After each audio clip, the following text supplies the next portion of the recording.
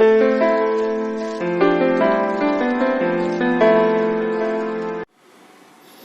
तो बच्चों, स्वागत है आपका अपने चैनल J2L हब पे। तो जैसा कि बच्चों अभी सर्वनाम शब्द रूप की क्लासेस चल रही है। इससे पहले हमने बहुत सर्वनाम शब्द पढ़े हैं, जैसे यदम, इदम, यह का तीनों लिंग पढ़ा है, तत्व शब्द का तीनों लिंग पढ़ा है, किम शब्द का पुल्लिंग और स्त्रीलिंग के बारे में अभी तक सर्वनाम शब्द के इस लेक्चर में हम लोगों ने पढ़ा है। तो आज के वीडियो में बच्चों हम लोग किम के नपुंसक लिंग के बारे में जानेंगे और भी कुछ नए शब्द रूप के बारे में जानेंगे। तो चलिए बच्चों शुरू करते हैं किम का नपुंसक लिंग। इससे पहले मैं आपको बता दूं, सर्वनाम शब्द आप लोग को याद होगा। सर्वनाम शब्द क्या होते हैं? सर्वनाम शब्द में संबोधन नहीं होता है, सिर्फ 7 विभक्तियाँ होती है, इसमें संबोधन नहीं होता है। तो चले किम नपुंसक लिंग को देखते हैं आज। तो किम नपुंसक लिंग मतलब किम शब्द का अर्थ होता है कौन, जैसा कि पिछले लेक्चर में आप लोगों ने जाना होगा।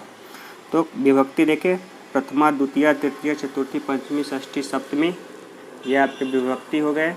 और ये एक वचन, द्विवचन, बहुवचन।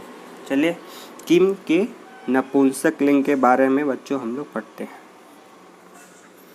तो किम के कानी, किम के कानी, केन काभ्याम के, कस्मै काभ्याम केभ्य, कस्मात् काभ्याम केभ्य, कस्य कयो केषां, कस्मिन् कयो केषु।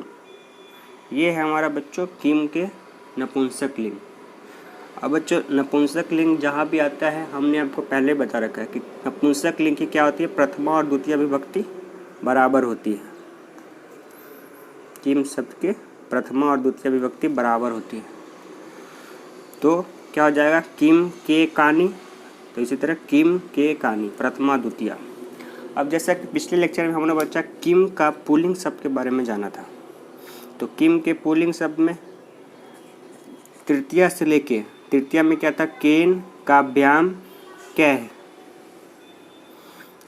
तो ये तृतीया से लेके सप्तमी तक ये किम शब्द के पुल्लिंग के बराबर चलेंगे। अगर वो वीडियो आपने नहीं देखी है तो ऊपर आई बटन में एक लिंक आ रहा होगा, जिसमें तृतीया से सप्तमी किम शब्द के पुल्लिंग शब्द बराबर होंगे। कैसे? तो जैसे किम के पुल्लिंग में थे केन काभ्याम कैः, कस्मै काभ्याम केभ्य, कस्मात् काभ्याम केभ्य, कस्य कयो केषां, कस्मिन् कयो केषु। तो ये सारे के सारे बच्चों ये किम के पुल्लिंग के समान चलेंगे। ठीक, तो आपको क्या करना है, आपको बस 2 चीज़ पे ध्यान देना है। नपुंसक लिंग प्रथमा द्वितीया सेम होगी, किम के कानी ये याद रखना है। और ये तृतीया से लेकर सप्तमी ये किम पुल्लिंग के बराबर होंगे, तो ये वही लिखें। उसके बाद बच्चों चलो इसका हम अर्थ समझते हैं। तो जैसे प्रथमा था, प्रथमा में कौन सा था, कर्ता कारक जिसमें ने की विभक्ति लगती है। तो किम और कौन से वाले, नपुंसक लिंग, जैसे किसने। फिर के का मतलब हो जाएगा बच्चों किस दोनों ने, कानी क्या हो जाएगा, किस सबने।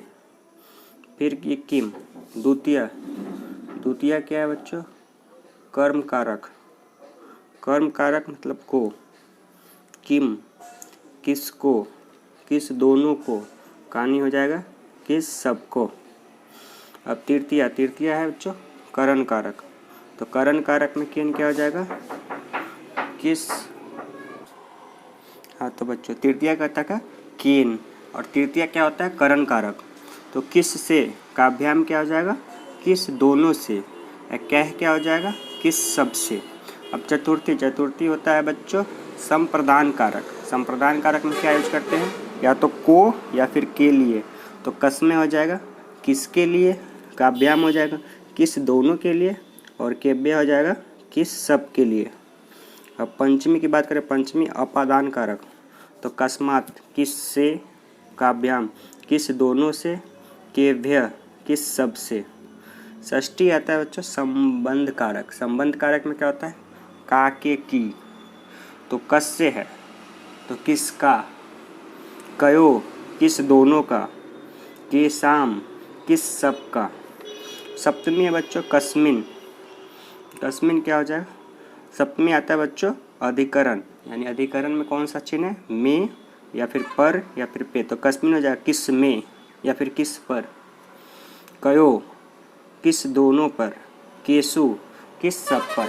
तो इसका बच्चों क्या है शॉर्ट ट्रिक कि प्रथमा द्वितीया सेम होगी और तृतीया से सप्तमी किम शब्द के पुल्लिंग के बराबर होंगे। तो इसको आपको अलग से याद करने की ज़रूरत नहीं है, ये उसके बराबर ही होते हैं। अब चले एग्ज़ाम में कैसे क्वेश्चन आते हैं। तो एग्ज़ाम में बच्चों आप सबसे पहले ध्यान देने वाली बात है कि कौन सा लिंग पूछा जा रहा है, पुल्लिंग, स्त्रीलिंग या नपुंसक लिंग। सबसे मेनली ये आपको ध्यान देना। उसके बाद पूछेगा नपुंसक लिंग के तृतीया बहुवचन क्या होते हैं।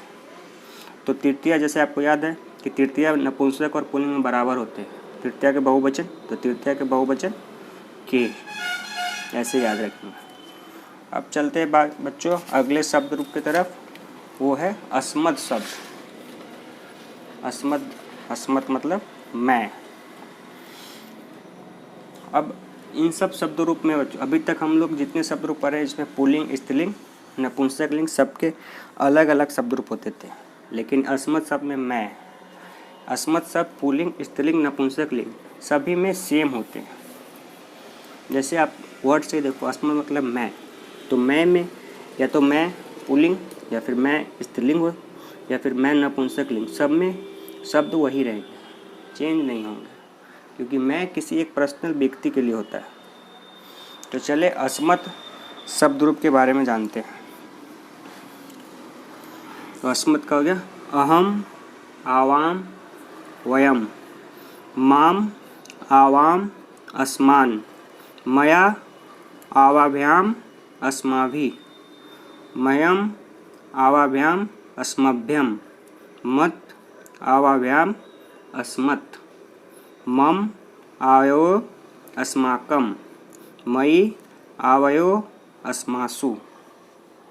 ये हो गया बच्चों मैं का पुल्लिंग, स्त्रीलिंग और नपुंसक लिंग तीनों सेम। अब जैसे अहम, अहम मतलब क्या होता है मैं या फिर हम दोनों कह सकते हैं। अहम का मतलब हो गया या तो मैं या बच्चों हम। तो अब इसका अर्थ समझते हैं।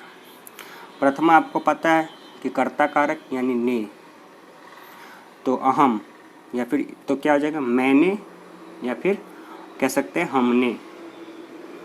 आवाम क्या हो जाएगा हम दोनों ने। वयम क्या हो जाएगा हम लोगों ने। अब द्वितीय आता है बच्चों कर्म कारक, जिसमें हम लगाते हैं को, तो माम हो जाएगा हमको या फिर मुझको। आवाम क्या हो जाएगा हम दोनों को। अस्मान क्या हो जाएगा हम लोगों को।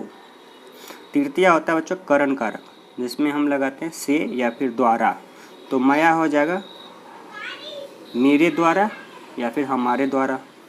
आवाभ्याम हो जाएगा हम दोनों के द्वारा। अस्माभि हो जाएगा हम लोगों के द्वारा। अब चतुर्थी आता है बच्चों मह्यम। ये चतुर्थी होता है बच्चों संप्रदान कारक या फिर को या फिर के लिए, तो मह्यम हो जाएगा मेरे लिए या फिर हमारे लिए।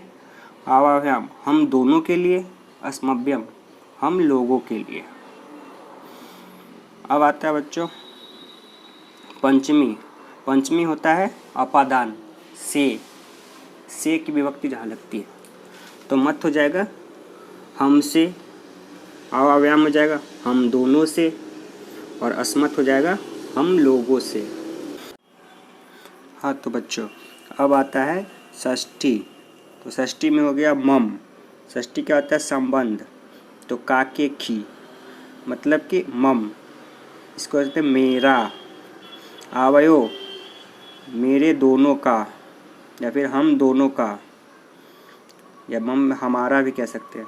अस्माकम हम लोगों का। सप्तमी में आ गया बच्चों, सप्तमी होती है अधिकरण, जिसमें लगते हैं बच्चों चिन्ह में या फिर पर, तो मई हम पर, आवेयो हम दोनों पर, अस्मासु हम लोगों पर। तो इस तरह से अस्मत् शब्द का स्त्रीलिंग, पुल्लिंग, नपुंसकलिंग तीनों में सेम विभक्ति चलेगी, कभी चेंज नहीं आएंगे आपको। ये आप हमेशा याद रखो कि इन तीनों में सेम चलता है, एक ही याद करने आपको और ये तीनों रूप इसके बन जाएंगे। तो आज के वीडियो में बच्चों इतना ही। वीडियो को ज़्यादा से ज़्यादा लाइक करें, कमेंट करें, शेयर करें और चैनल को सब्सक्राइब करना ना भूलें बच्चों। आज के लिए इतना ही। Thank you.